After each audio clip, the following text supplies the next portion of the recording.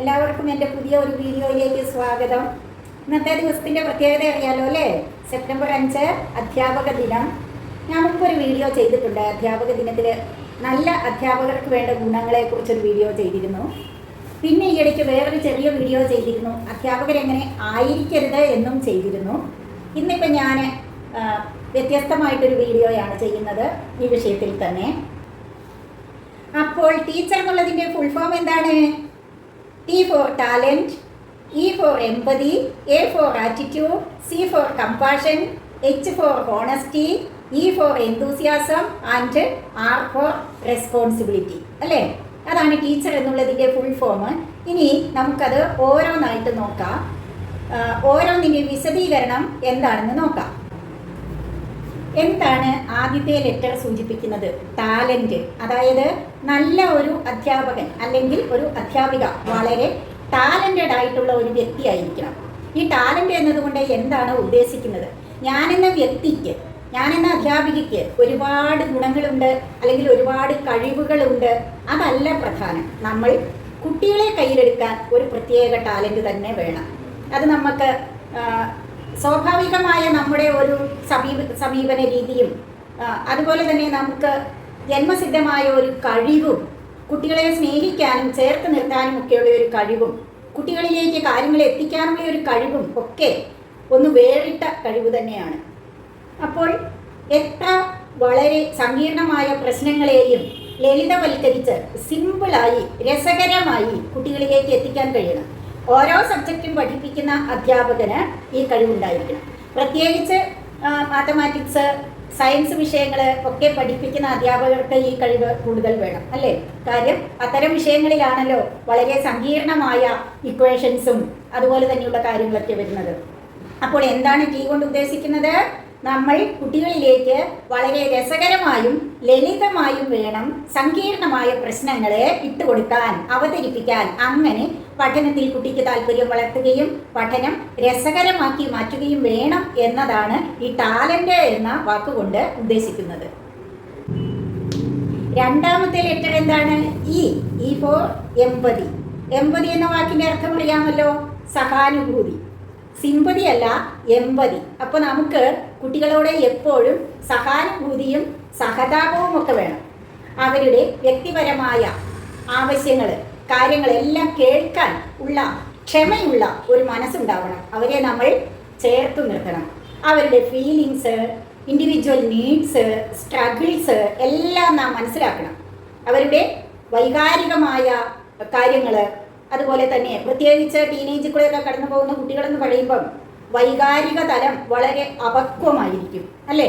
അപ്പം നമ്മുടെ പക്വതയുള്ള അധ്യാപകർ അതെല്ലാം ക്ഷമയോടെ കേട്ട് ചേർത്ത് നിർത്തി ഒരു പിതൃ വാത്സല്യത്തോടെ അവരെ സംരക്ഷിച്ച് കൊണ്ടുപോകുന്നു എന്ന തോന്നൽ കുട്ടികളിൽ ഉണ്ടായാൽ, നാം അത് ഉണ്ടാക്കിയാൽ, കുട്ടികൾ എപ്പോഴും അവരുടെ എല്ലാ കാര്യങ്ങളും, അവരുടെ ഫ്രണ്ട്സിൽ നിന്നുണ്ടാകുന്നത്, മുതിർന്നവരിൽ നിന്നുണ്ടാകുന്നത്, മറ്റ് അധ്യാപകരിൽ നിന്നുണ്ടാകുന്നത്, മാതാപിതാക്കളിൽ നിന്നുണ്ടാകുന്നത്, എന്ത് നല്ല കാര്യമാകട്ടെ മോശം കാര്യമാകട്ടെ എല്ലാം അവർ തുറന്ന് നമ്മളോട് പറയും.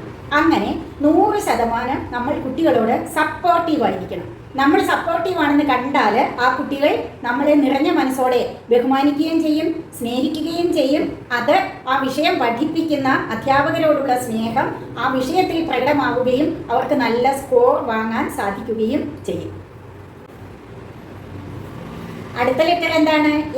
A for attitude. അതായത് അധ്യാപകർക്ക് കുട്ടികളോടുള്ള ആറ്റിറ്റ്യൂഡ് എന്തായിരിക്കണം എന്നാണ് പറയുന്നത്. എന്തായിരിക്കണം? നമുക്കറിയാലോ, എപ്പോഴും പോസിറ്റീവ് ആറ്റിറ്റ്യൂഡ് ആയിരിക്കണം, അല്ലേ? ചിലപ്പം ക്ലാസ് മുറികളിൽ ക്രൂഷ്യൽ സ്റ്റേജസ് ഒക്കെ ഉണ്ടാവാം.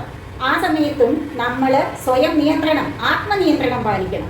നമ്മുടെ BP മാറി അല്ലെങ്കിൽ നമ്മുടെ നമ്മളുടെ മൂഡ് മാറി എന്ന് വിചാരിച്ച് നമ്മുടെ മുന്നിലിരിക്കുന്ന കുട്ടികളെ നാം പീഡിപ്പിക്കുന്ന വിധത്തിലുള്ള മാനസികമായി, ശാരീരിക പീഡനം ഇപ്പം ഇല്ല, വാക്കുകൾ കൊണ്ട് മാനസികമായി മുറിവേൽപ്പിക്കുന്നതും ശിക്ഷാർഹമാണ്, തെറ്റാണ് എന്ന് നമുക്കറിയാം, അല്ലേ?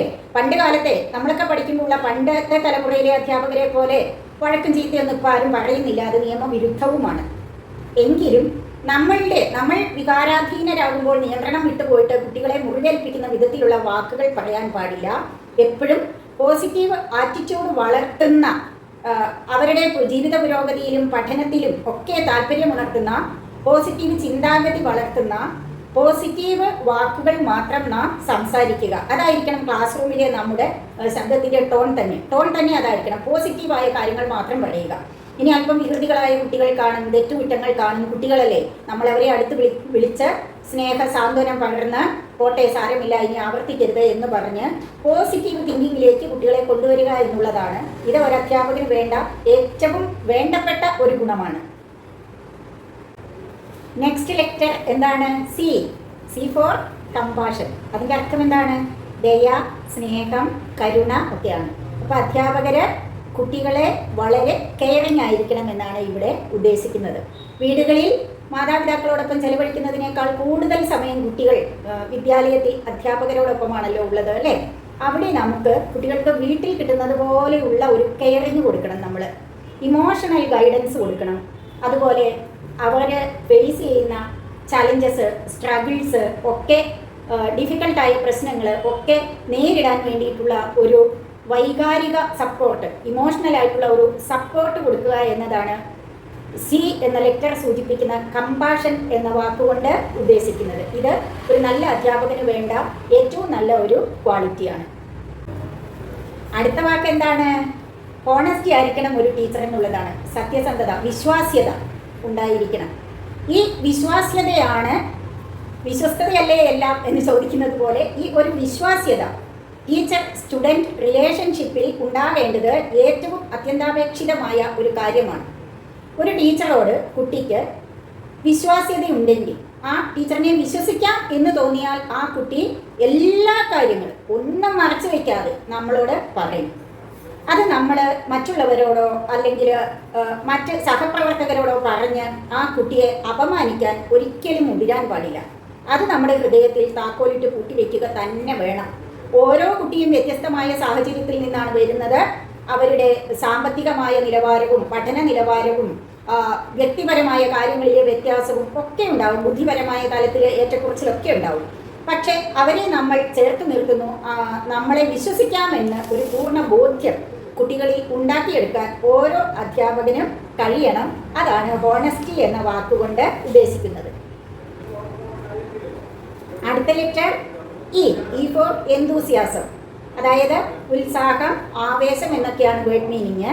വാക്കിൻ്റെ അർത്ഥം കുട്ടികളിൽ നമ്മൾ കൈകാര്യം ചെയ്യുന്ന വിഷയം ഏതാണോ ആ വിഷയത്തിൽ കുട്ടികളിൽ അത്യധികം ഉത്സാഹം ജനിപ്പിക്കുക.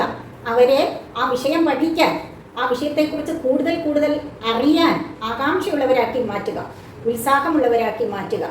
അവരിലേക്ക് ക്യൂരിയോസിറ്റിയുടെ ഒരു സ്പാർക്ക് ഇട്ട് കൊടുക്കാൻ കഴിയണം നമുക്ക് അധ്യാപകർക്ക്. അതിന് അധ്യാപകർ അവർ കൈകാര്യം ചെയ്യുന്ന വിഷയത്തിൽ അപ് ടു ഡേറ്റ് ആയിരിക്കണം. പ്രത്യേകിച്ച് ഇന്നത്തെ കുട്ടികൾ വളരെ ജീനിയസ് ആണ്, വളരെ ചെറിയ പ്രായത്തിൽ തന്നെ. അപ്പോൾ അവർക്ക് അറിയാനുള്ള ആകാംക്ഷയും കൂടുതലാണ്, ബുദ്ധിപരമായ വികാസവും കൂടുതലാണ് പുതിയ ജനറേഷന്, നമുക്കറിയാവുന്ന കാര്യമല്ലേ. അപ്പോൾ അവിടെ ജിജ്ഞാസയുടെ അല്ലെങ്കിൽ അറിയാനുള്ള ആഗ്രഹത്തിൻ്റെ ഒരു സ്പാർക്ക് ഇട്ട് കൊടുക്കാൻ നല്ല ഒരു അധ്യാപകന് എപ്പോഴും സാധിക്കണം എന്നതാണ് ഈ വാക്കുകൊണ്ട് ഉദ്ദേശിക്കുന്നത്. Last letter R, responsible. ഒരു ടീച്ചറ്, നല്ല ഒരു അധ്യാപകൻ അല്ലെങ്കിൽ അധ്യാപിക എപ്പോഴും കുട്ടികളുടെ എല്ലാ കാര്യങ്ങളിലും പൂർണ്ണമായ റെസ്പോൺസിബിലിറ്റി ഉള്ള ആളായിരിക്കണം. പൂർണ്ണമായ ഉത്തരവാദിത്വം വേണം. പഠന കാര്യത്തിൽ, വളർച്ചയുടെ കാര്യത്തിൽ, പുരോഗതിയുടെ കാര്യത്തിൽ, എല്ലാ കാര്യത്തിലും അവൻ്റെ പാഠ്യേതര വിഷയങ്ങളിലുള്ള പുരോഗതിയിലെല്ലാം അവൻ്റെ വെൽവിഷറായിരിക്കണം. എല്ലാ പുരോഗതിയും എപ്പോഴും നിരന്തരം വിലയിരുത്തി അവനെ മുന്നോട്ട് നയിച്ച് രാഷ്ട്രത്തിനും കുടുംബത്തിനും തനിക്ക് തന്നെയൊക്കെ ഉതകുന്ന നല്ലൊരു വ്യക്തിത്വമായി രൂപപ്പെടുത്താനുള്ള പൂർണ്ണമായ ഒരു ഉത്തരവാദിത്വമാണ് ഒരു നല്ല അധ്യാപകനിലുള്ളത്. അപ്പോൾ ഇന്നത്തെ കാലത്ത് എല്ലാ ജോലിയും പോലെ ഒരു ജോലി, നമുക്കൊരു ജീവിതമാർഗം, വരുമാന മാർഗം എന്ന നിലയിൽ അധ്യാപനത്തെ തിരഞ്ഞെടുക്കാതെ അത് കൃത്യമായ ഒരു ഉത്തരവാദിത്വ ബോധത്തോടെ ചെയ്യേണ്ട ഒരു ജോലിയാണ് എന്ന ഉത്തമ ബോധ്യം നമ്മൾ ഈ BEdനൊക്കെ പോയി നെറ്റും സെറ്റും ഒക്കെ എഴുതി പാസ്സായി PSC ഒക്കെ എഴുതി അല്ലെ പ്രൈവറ്റിൽ കുറേ ക്യാഷൊക്കെ കൊടുത്ത് നമ്മൾ ജോലി കിട്ടുന്നില്ല എന്ന് പറഞ്ഞ് നിലവിളിച്ച് പായുമ്പോൾ, ഒരു ജോലിക്ക് വേണ്ടി നാം ശ്രമിക്കുമ്പോൾ ഇത്രയും ഉത്തരവാദിത്വമുള്ള വലിയ ദൗത്യമുള്ള ഒരു ജോലിയാണ് ഈ അധ്യാപനം. നമ്മുടെ മുന്നിലിരിക്കുന്നത് ജീവനില്ലാത്ത മെഷീനറി അല്ല, ജീവനുള്ള കുട്ടികളാണ് എന്ന ഉത്തമ ബോധ്യത്തോടെ കൈകാര്യം ചെയ്യേണ്ട ഒന്നാണ് അധ്യാപനം എന്ന മേഖല എന്ന് മാത്രം പറഞ്ഞുകൊണ്ട് ഞാൻ എൻ്റെ ഈ വീഡിയോ വൈൻഡപ്പ് ചെയ്യുകയാണ്.